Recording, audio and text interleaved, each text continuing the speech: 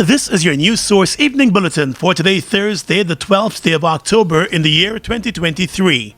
I'm Gordon Mosley reporting, and here's what we're tracking tonight. The stockpile of over 30,000 tons of aggregate stone by the Ministry of Public Works near the Providence Red Road entrance shifted the earth beneath the road this afternoon, resulting in a massive bulge and the road bursting open in several sections at that entrance. Minister of Public Works Juan Edghill and several government engineers rushed across the area just after 4 p.m. following the occurrence, which sent road vendors scampering to safety.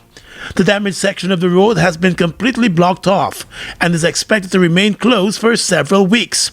The Minister of Works, Juan Edghill, said emergency works will begin soon as engineers continue to assess the situation. That has caused the mud that is on to push in this direction, and that has caused the mud on the road to raise the road, break the asphalt and all of the foundation. So what we're doing right now, first of all, is redistributing the weight of the stockpile. Some of it will be moved, and then we will have to do full reconstruction of this road.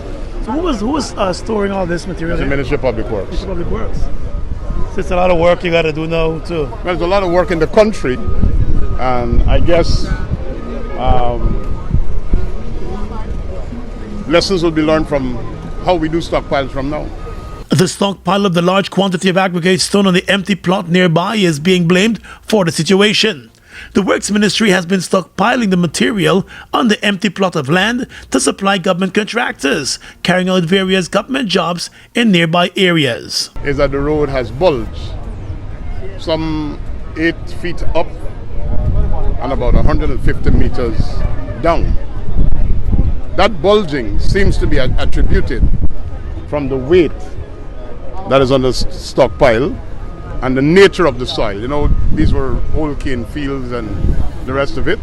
So it would appear that the pagasse, deep soil, was unable to bear the weight. Minister Edghill said government engineers and representatives from utility companies in the area have already been contacted to begin to examine a solution. At least one underground main water line is believed to have been damaged by the bulging of the road.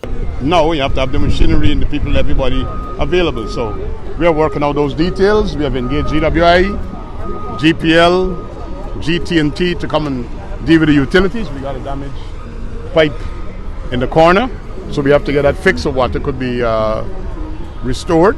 If we're going to do construction, we have to identify where the pipes are, if there are any fiber optic cables in the ground, and the rest of it. So all of that is being done right now. Thanks a lot, sir. So where you see people walking and talking, it's not just that they're gaffing. They're busy trying to figure out things and to be able to get drawings done, instructions given to get work moving. Up to late this afternoon, workers were looking to level off some of that stockpile to ease the weight close to the main access road, which has broken apart. More news coming up in just a moment.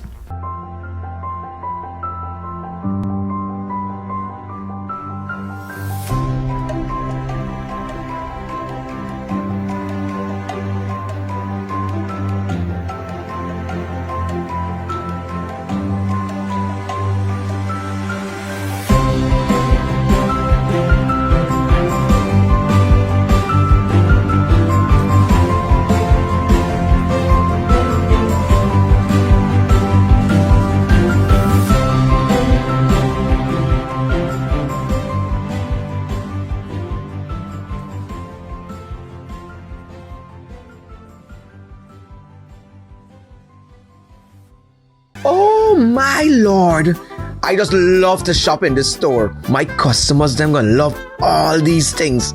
So many different things in one place. Household items, electronics, toys, stationery, confectionery, exercise equipment, shoes and clothes for men, women and children, school things, costume, jewelry, perfume, makeup. Oh, look the makeup! Giftland Office Max, Guyana's favorite department store. Having your own car means peace of mind. Having your own car means comfort and convenience. Having your own car means freedom to get there on your own time. It's Deal on Wheels at Republic Bank. It's time to get that new vehicle or upgrade to a better one with Republic. Super low rates and low down payment. Up to 8 years to repay and great prizes. Come in to Republic Bank today. Republic Bank, we're the one for you. Bust the flavors. We're full of flavors. Bust the flavors that me crave for. We're full of flavors. Tell your neighbors about the bust the flavors. Grab a bust the flavors. Yeah, thirst buster. Grab a buster. Bust the flavor, taste the savor. Bust the flavors. Bust the flavors.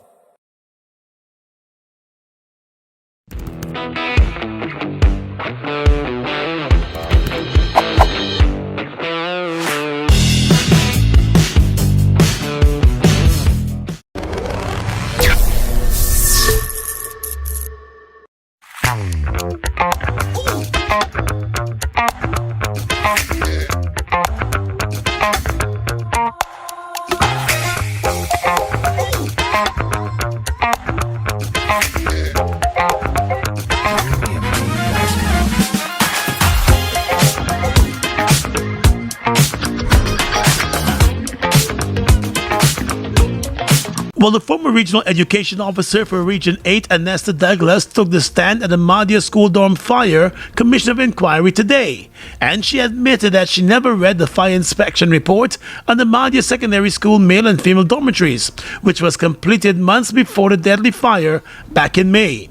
She told the Commission of Inquiry that although the report was listed as urgent by the officer in charge of the Mahdia Fire Station, she left the report on her desk for more than a week as she addressed other issues and prepared for her departure from the region after being told of her transfer. I put it there because I had lots of things I was doing. So I had it there, all right, hoping to maybe to get an opportunity, but really and truly, at that time, maybe on the 9th, my focus was now on your removal. On my removal.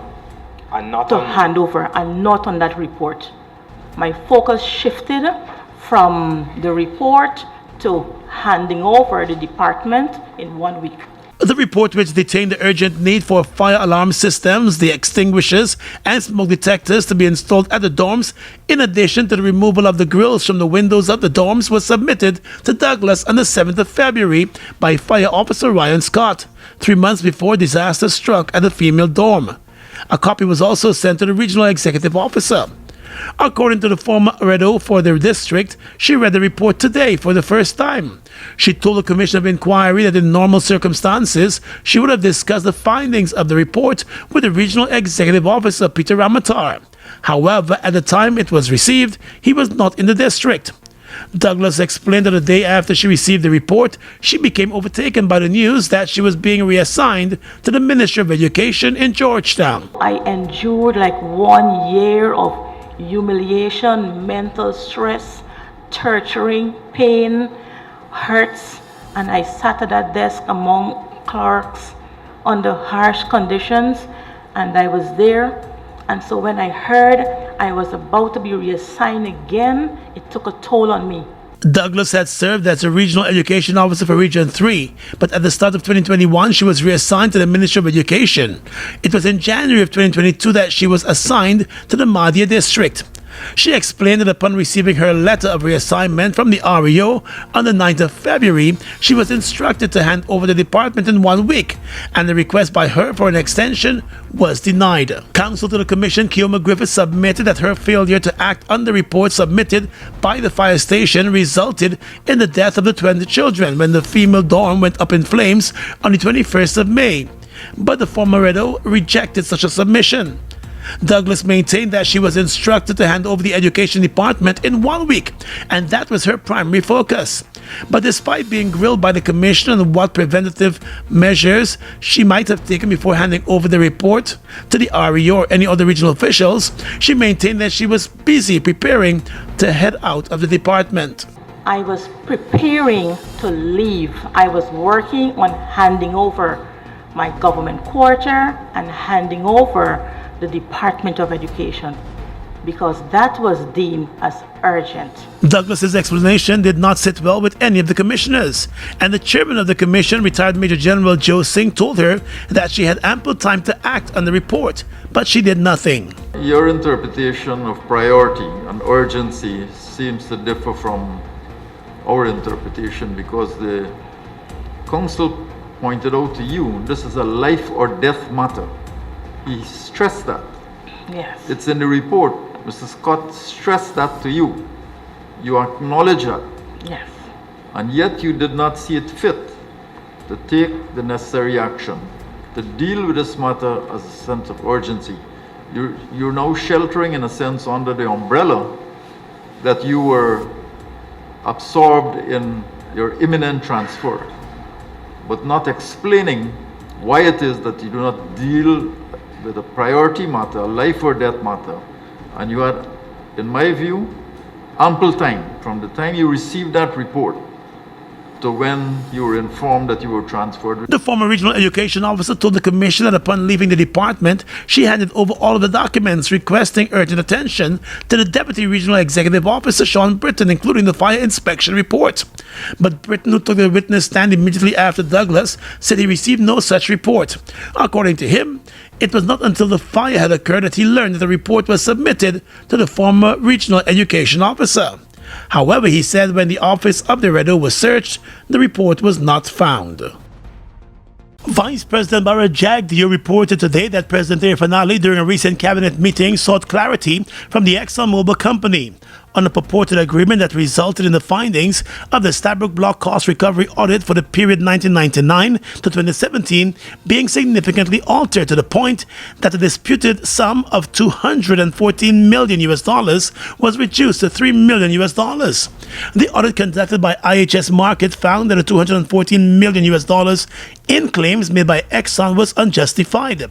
However, the disputed sum was reduced to about $3 million following an intervention from the Ministry of Natural Resources. During a press conference today, the Vice President, Bara Jagdeo, said the President, in an attempt to get clarity on the situation, made a call to officials at Exxon. At the meeting of the Cabinet, the President met with Exxon. Exxon said they never told Patterson that there was an agreement.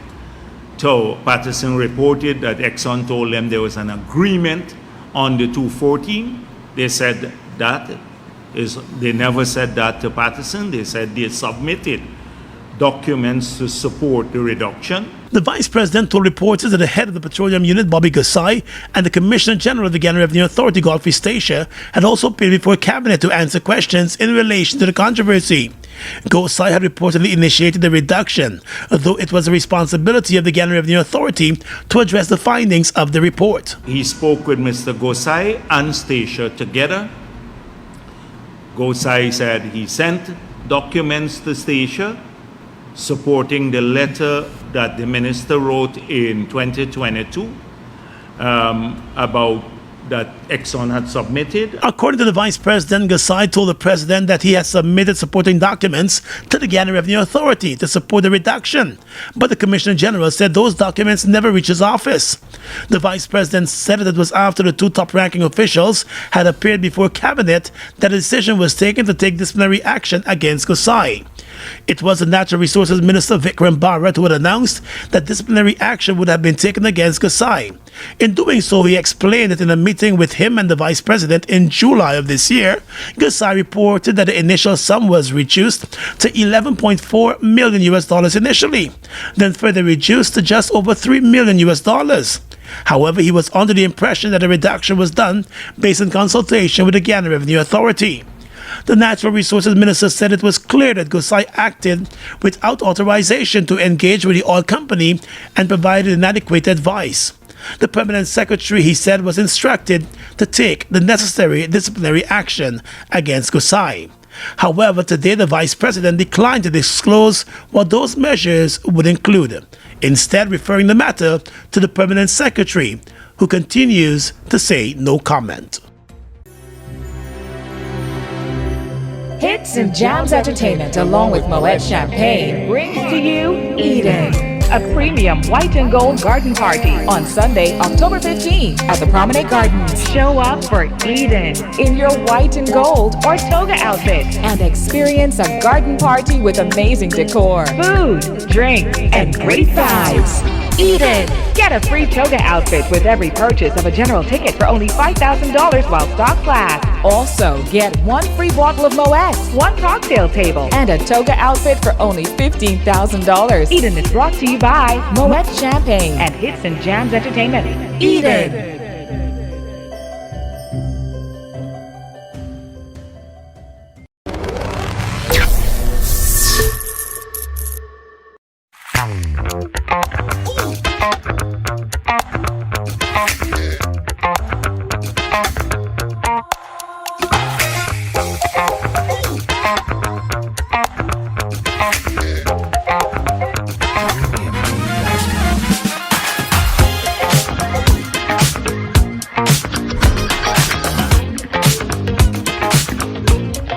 Having your own car means peace of mind. Having your own car means comfort and convenience. Having your own car means freedom to get there on your own time. It's Deal on Wheels at Republic Bank. It's time to get that new vehicle or upgrade to a better one with Republic. Super low rates and low down payment. Up to 8 years to repay and great prizes. Come in to Republic Bank today. Republic Bank, we're the one for you.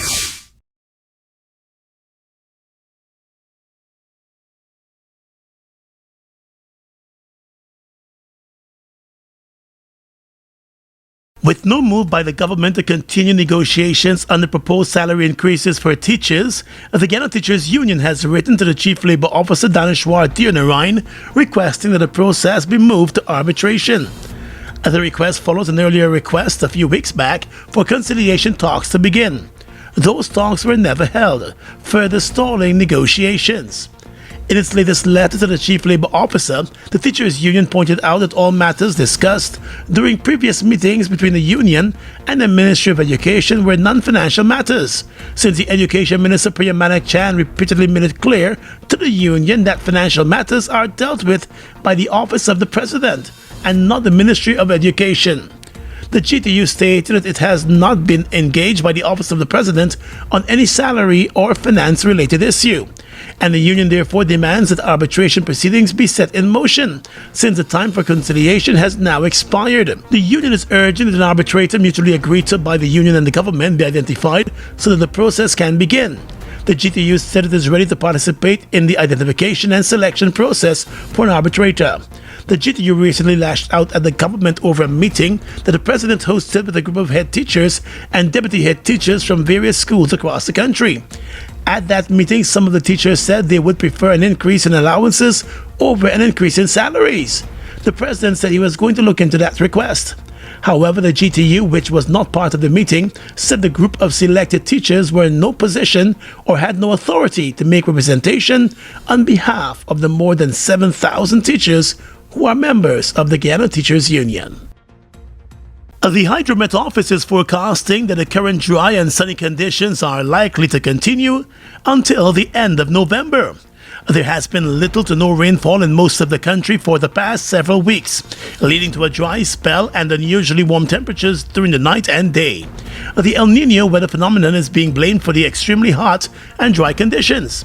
However, the Hydromet Office is predicting that by the end of November, cooler temperatures will return with intermittent rainfall. The extremely long dry conditions have affected farmers in some parts of the country. But the Minister of Agriculture, Zulfikar Mustafa, indicated that most farmlands are doing well despite the conditions. Meanwhile, the Guyana Water Incorporated continues to encourage citizens to conserve water, even as health officials encourage persons to keep hydrating. A 1-year-old child who went missing on Wednesday afternoon during a family outing at Topside Paraima Falls in Region 7 was found dead late last night in the Camarang River. Family members of the toddler Ramil Delgado launched an all-night search after he went missing, after being left in the care of a young relative near the river. The child's mother told investigators that she took the child along with other relatives to the river on Wednesday afternoon in the company of her boyfriend. She explained that she left her son in her brother's care at the river's edge as she checked on her daughter, who was asleep. However, upon her return, it was then that it was discovered that the toddler had gone missing. An alarm was raised and neighbors joined family members in searching for the child. Just before midnight, the child's lifeless body was found in the river. The police said a piece of the child's penis was missing and was suspected to have been bitten off by fishes or crabs. There were no marks of violence on the child's body. It is also suspected that the child wandered off into the river and drowned. An investigation has been launched.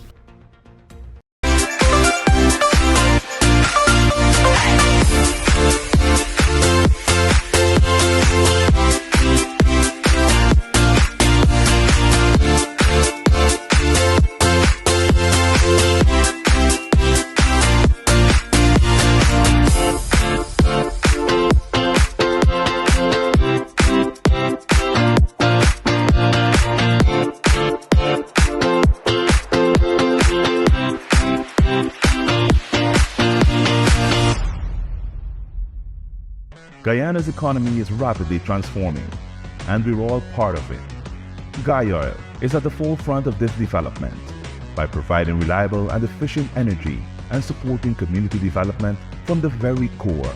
100% of Guyoil's profit goes back to building schools, roads, and other important infrastructure that connects our cities and towns, providing fuel to domestic, marine, industrial, and aerial transportation.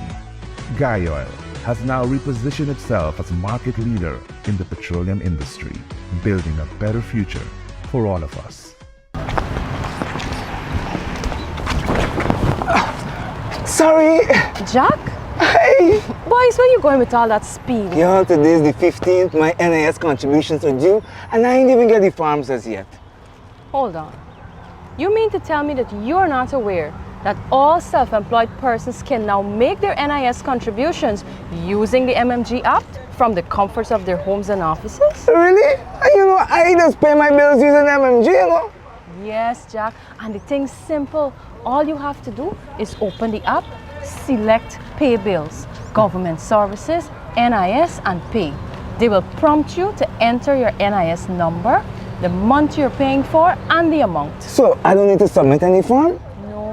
The only time you submit in a form is when you're making a claim. Wait, I could make a claim too? Oh no, man, you didn't know that? Yes, all self-employed persons are entitled to all benefits from NIS. Well, except for the industrial benefits. And here's the good part. All of their forms, you can download them from the NIS website. Well, girl, I'm really glad I bumped into you. Anyhow, make sure you pay your bills later. Later? I gotta sit down right here and pay my contributions first. Take care. For further information, please visit the website at www.nis.org.gy, the National Insurance Scheme Facebook page, or your nearest NIS office. Food Max Supermarket, located on the ground floor of the Giftland Mall, is your one-stop shop for all your grocery needs. We stock a variety of imported frozen meat and food products, fresh produce, and pet supplies, freshly made bread. Rotisserie chicken and patties are also available daily. Shop in comfort today at Food Max and let our courteous staff assist you in satisfying your shopping needs. Food Max, the fresh food specialist.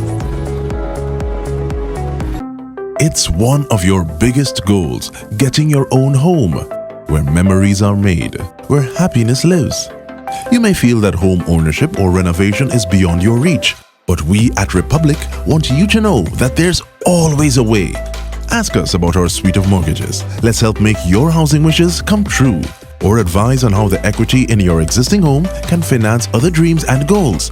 Call or go online to learn more. Look who's in the mix now. The new Buster Soda Water. 0 calories, 0 sugar, 0 artificial flavors. 100% refreshing. Taste Buster Soda Water today. Buster Soda Water. Now available for only $120.